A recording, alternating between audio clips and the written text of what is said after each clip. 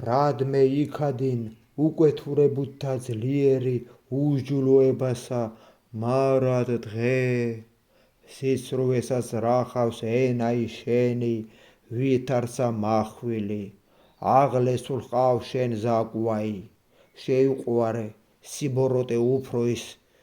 სახიერებისა და სიცრუე უფრო ის სიმართლისა სიტყვისა შეიყვარე შენ ყოველი სიტყვაი დაქცევისაი და ენაი ზაკვარი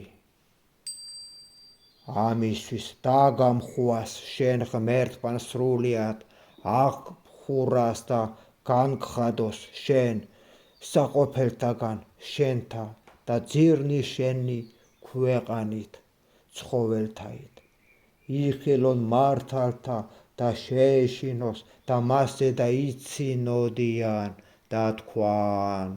აჰა ესე რა კაცი რომელმან არ აყო ღმერთი მწემისა